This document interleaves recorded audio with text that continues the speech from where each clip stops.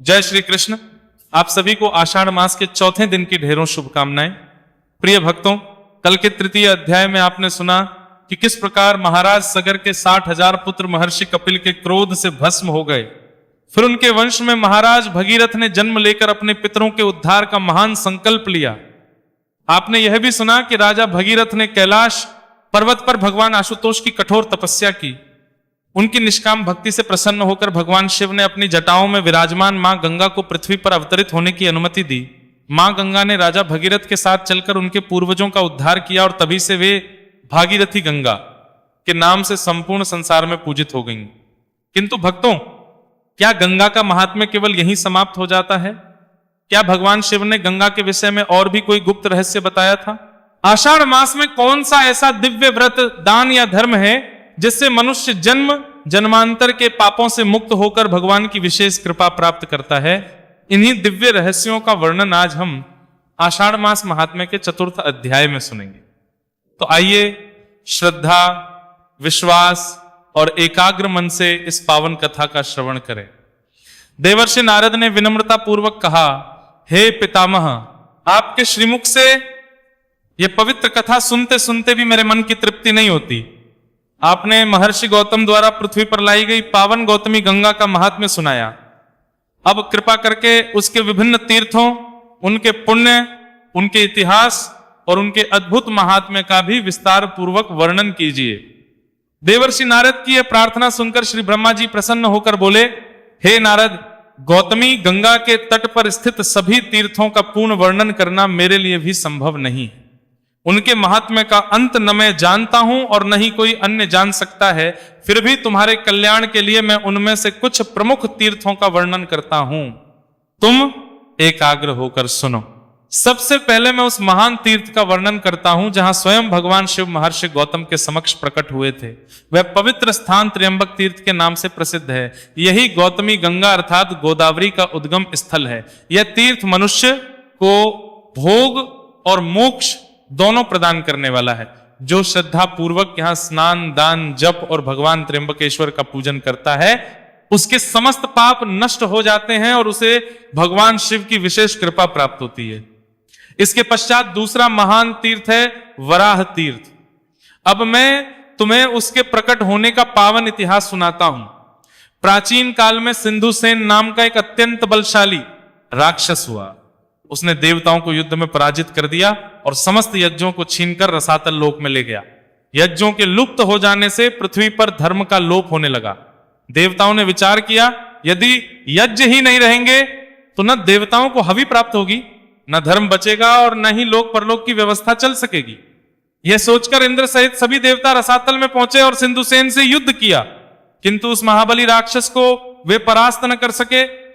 तब सभी देवता भगवान श्री हरि विष्णु की शरण में गए और हाथ जोड़कर बोले, हे जगत पालक, सिंधुसेन ने समस्त यज्ञों का हरण कर लिया है।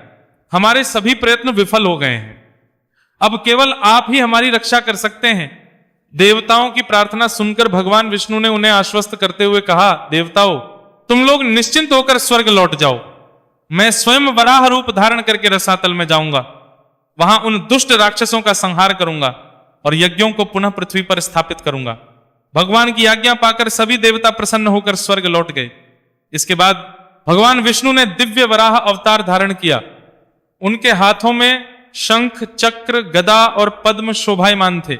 जिस मार्ग से गौतमी गंगा रसातल में प्रविष्ट हुई थी, उसी मार्ग से भगवान वराह भी पृथ्वी को विदीर्ण करते हुए रसातल में पहुंचे। वहां पहुंचकर उन्होंने अपने दिव्य पराक्रम से असंख्य दानवों और राक्षसों का संहार किया। अंततः सिंधुसेन का वध करके भगवान ने यज्ञ पुरुष को अपने मुख में धारण किया और विजय प्राप्त कर पुनः पृथ्वी की ओर प्रस्थान किया। श्री ब्रह्मा जी बोले, हे देवर्षि नारद, भगवान श्री हरि ने वराह रूप धारण करके रसातल में समस्त राक्षसों का संहार किया और महायज्ञ को अपने मुख में धारण करके पृथ्वी की ओर प्रस्थान किया। उस समय ब्रह्मगिरि पर्वत पर इंद्र सहित समस्त देवता भगवान की प्रतीक्षा कर रहे थे। जैसे ही भगवान वराह रसातल से बाहर प्रकट हुए, संपूर्ण दिशाएं उनके दिव्य तेज से प्रकाशित हो उठी। देवताओं ने आनंद पूर्वक उनका जय घोष किया और पुष्पों की वर्षा करने लगे। राक्षसों के साथ हुए भीषण युद्ध के कारण भगवान श्री हरि का दिव्य शरीर रक्त से लथपथ हो गया था। तब उन्होंने गौतमी गंगा के पवित्र जल में स्नान करके अपने अंगों को शुद्ध किया। जहां भगवान ने अपने शरीर को पवित्र किया, वही स्थान आगे चलकर वराह कुंड के नाम से प्रसिद्ध हुआ। इसके पश्चात भगवान ने अपने मुख में धारण किए हुए महायज्ञ को बाहर निकालकर देवताओं को सौंप दिया। इस प्रकार यज्ञ का पुनः प्रादुर्भाव हुआ और देवताओं ने विधि पूर्वक यज्ञों का संचालन आरंभ किया। इसी कारण यह वराह तीर्थ समस्त तीर्थों में अत्यंत पवित्र माना गया है। जो मनुष्य श्रद्धा और भक्ति से यहां स्नान करता है, दान देता है, भगवान विष्णु का पूजन करता है अथवा अपने पितरों का तर्पण करता है, उसे अनेक अश्वमेध यज्ञों के समान पुण्य प्राप्त होता है। जो भक्त यहां अपने पितरों का स्मरण करता है, उसके पितरे समस्त पापों से मुक्त होकर उत्तम लोकों को प्राप्त होते हैं। हे नारद, अब मैं तुम्हें एक और महान तीर्थ का महात्म्य सुनाता हूं। गौतमी गंगा के तट पर कुशावर्त तीर्थ नाम का अत्यंत पवित्र स्थान है। यह तीर्थ केवल दर्शन और स्मरण मात्र से मनुष्य को महान पुण्य प्रदान करता है। जब महर्षि गौतम गंगा जी को लेकर ब्रह्मगिरी पर आए थे, तब उन्होंने गंगा की धारा को कुशों के द्वारा पुनः अपनी ओर मोड़ा था। उसी दिव्य घटना के कारण उस स्थान का नाम कुशावर्त पड़ा। जो मनुष्य इस तीर्थ में श्रद्धा पूर्वक स्नान करता है, दान देता है अथवा अपने पितरों का तर्पण करता है, उसके पितर अत्यंत संतुष्ट होते हैं और उसे अक्षय पुण्य की प्राप्ति होती है। हे देवर्षि, जहां गौतमी गंगा ब्रह्मगिरी के नील पर्वत से प्रकट होती हैं, वहां वे नील गंगा नाम से प्रसिद्ध हैं। नील गंगा का जल अत्यंत पवित्र और पापों का नाश करने वाला है। जो मनुष्य निर्मल मन और श्रद्धा के साथ नील गंगा में स्नान करता है, जप तप दान या भगवान का स्मरण करता है, उसका प्रत्येक शुभ कर्म अक्षय हो जाता है।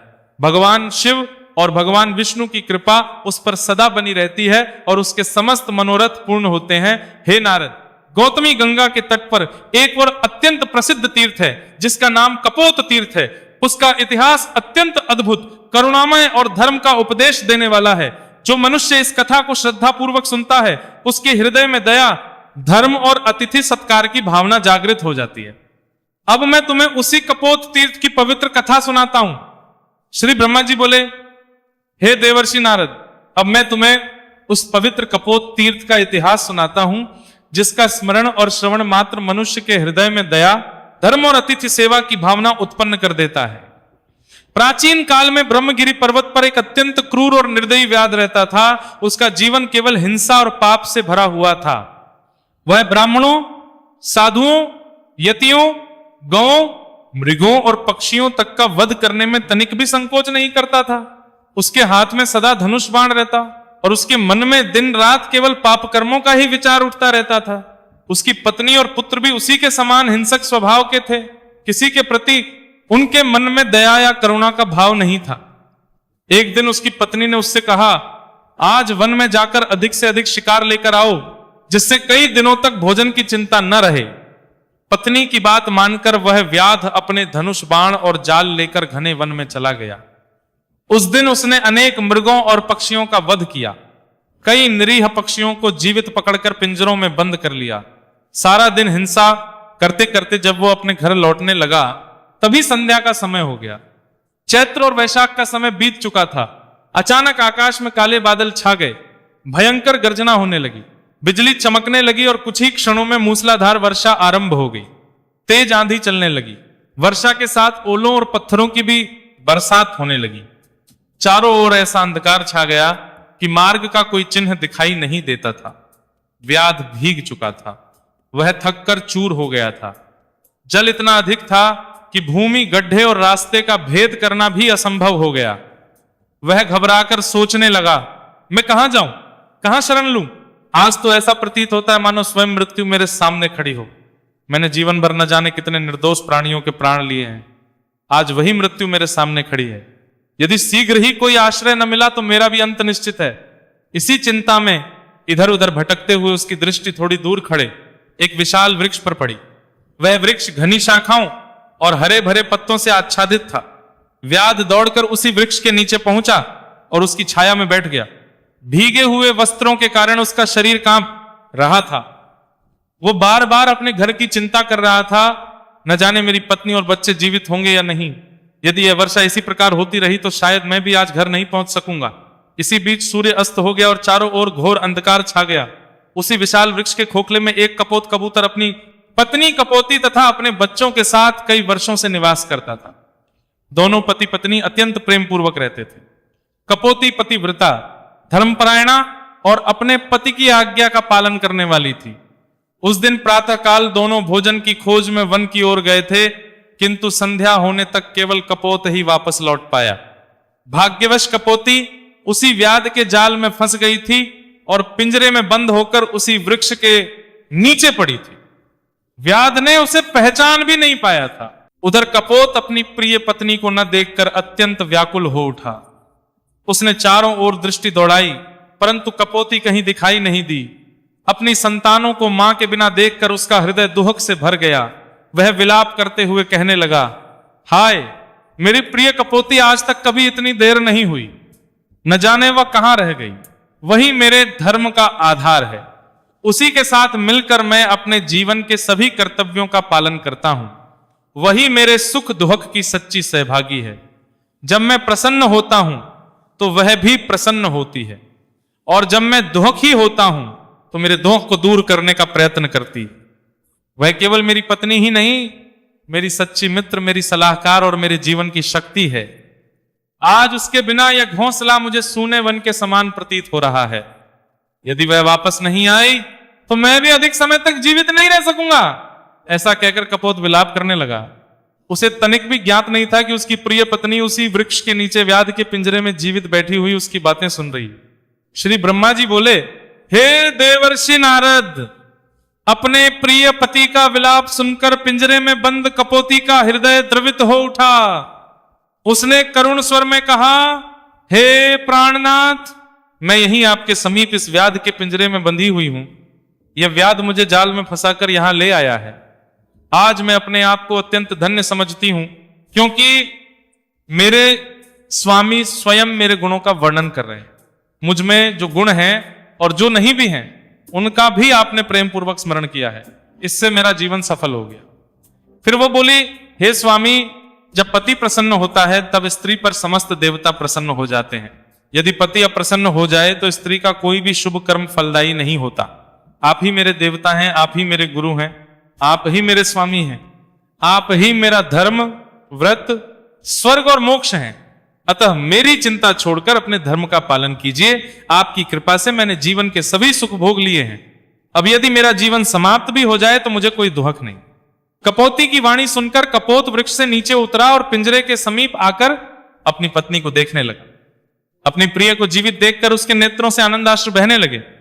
उसने सोचा, मैं अभी इस पिंजरे को तोड़कर अपनी प्रिय को मुक्त कर देता हूं। किंतु कपोती ने उसे रोकते हुए कहा, हे महाभाग, ऐसा मत कीजिए। संसार का प्रत्येक संबंध नश्वर है। जो कुछ होता है वह ईश्वर की इच्छा से होता है। इस व्याध का भी कोई दोष नहीं है। वह अपने कर्म के अनुसार ही कार्य कर रहा है। आप अपनी बुद्धि को धर्म में स्थिर कीजिए। यही समय धर्म की परीक्षा का है। फिर उसने धर्म का महान उपदेश देते हुए कहा, ब्राह्मणों के गुरु अग्नि है, समस्त वर्णों के गुरु ब्राह्मण है, स्त्री का गुरु उसका पति है और सभी गृहस्थों का सबसे बड़ा गुरु अतिथि होता है। जो गृहस्थ अपने घर आए हुए अतिथि का मधुर वचनों से सम्मान करता है, उससे वाणी की अधिष्ठात्री माता सरस्वती प्रसन्न होती है। जो अतिथि को भोजन कराता है उस पर देवराज इंद्र प्रसन्न होते हैं। जो उसके चरण धोता है उससे पितृगण तृप्त होते हैं। जो उसकी सेवा करता है उस पर भगवान श्री हरि और माता लक्ष्मी कृपा करते हैं। और जो अतिथि को विश्राम देता है उससे समस्त देवता संतुष्ट होते हैं। इसलिए अतिथि साक्षात देवस्वरूप होता है। यदि संध्या के समय कोई थका मांदा अतिथि घर आए तो उसका आदर अवश्य करना चाहिए। उसके साथ देवता, पितर और अग्निदेव भी घर में प्रवेश करते हैं। यदि अतिथि संतुष्ट होकर जाए तो सभी देवता प्रसन्न होते हैं, और यदि वह निराश लौट जाए तो देवता भी अप्रसन्न होकर चले जाते हैं। इसके बाद कपोती ने एक अत्यंत गूढ़ बात कही, हे स्वामी, उपकार करने वाले के साथ उपकार करना तो सामान्य बात है, परंतु जो अपकार करने वाले के साथ भी सद्व्यवहार करे वही सच्चा धर्मात्मा और पुण्यात्मा कहलाता है। कपोती की धर्ममयी वाणी सुनकर कपोत अत्यंत प्रसन्न हुआ। उसने कहा, हे सुमुखी, तुमने धर्म की अत्यंत उत्तम बात कही है, किंतु सोचो, हम छोटे से पक्षी हैं। हमारे पास न धन है न अन्न का भंडार। हम तो प्रतिदिन अपनी चोंच भरदाना चुनकर जीवन निर्वाह करते हैं। ऐसी अवस्था में इस भूखे और ठिठुरते हुए अतिथि का सत्कार मैं किस प्रकार करूं? तब कपोती ने उत्तर दिया, नाथ, अतिथि सत्कार केवल अन्न से नहीं होता। यदि अन्न न हो तो अग्नि, जल, मधुर वचन, तिनके, लकड़ियां या बैठने का स्थान जो भी उपलब्ध हो श्रद्धा से देना चाहिए। देखिए, यह व्याध सर्दी से कांप रहा है, पहले इसकी ठंड दूर करने का प्रयास कीजिए। यही इस समय हमारा सर्वोच्च धर्म है। पत्नी के वचन सुनकर कपोत तुरंत उड़ गया। कुछ दूर उसे अग्नि की एक छोटी सी ज्वाला दिखाई दी। वह अपनी चोंच में जलती हुई लकड़ी लेकर आया और व्याध के सामने रख दी। फिर वह बार बार सूखी लकड़ियां, तिनके और पत्ते लाकर अग्नि में डालने लगा। धीरे धीरे अग्नि प्रज्वलित हो उठी। व्याध ने अपने ठिठुरते हुए हाथ पैर उस अग्नि से तापे। कुछ ही क्षणों में उसके शरीर की ठंड दूर हो गई और उसे बड़ी राहत मिली। किंतु कपोती ने देखा कि व्याध की भूख अब भी शांत नहीं हुई है। उसके हृदय में करुणा उमड़ पड़ी। श्री ब्रह्मा जी बोले, हे देवर्षि नारद, जब कपोती ने देखा कि व्याध की ठंड तो दूर हो गई है किंतु वह भूख से अत्यंत व्याकुल है, तब उसने अपने पति से कहा, हे प्राणनाथ, यह अतिथि अभी भी भूख की अग्नि से जल रहा है। हमारे पास इसे खिलाने के लिए अन्न का एक दाना भी नहीं है। अतः आप मुझे इस अग्नि में समर्पित कर दीजिए, जिससे यह दुखी अतिथि मेरे शरीर से अपनी भूख शांत कर सके। ऐसा करने से हमारा अतिथि सत्कार पूर्ण हो जाएगा और हमें महान पुण्य की प्राप्ति होगी। कपोती की बात सुनकर कपोत की आंखें भर आईं। उसने कहा, हे सुमुखी, जब तक मैं जीवित हूं तब तक तुम्हारा अपने शरीर का त्याग करना उचित नहीं है। गृहस्थ का प्रथम कर्तव्य स्वयं अतिथि की सेवा करना है, इसलिए आज मैं अपने प्राणों का उत्सर्ग करूंगा।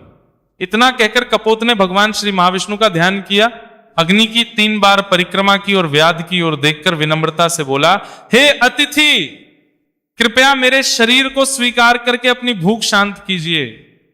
यदि मेरे इस छोटे से शरीर से आपका कष्ट दूर हो जाए तो मेरा जीवन सफल हो जाएगा।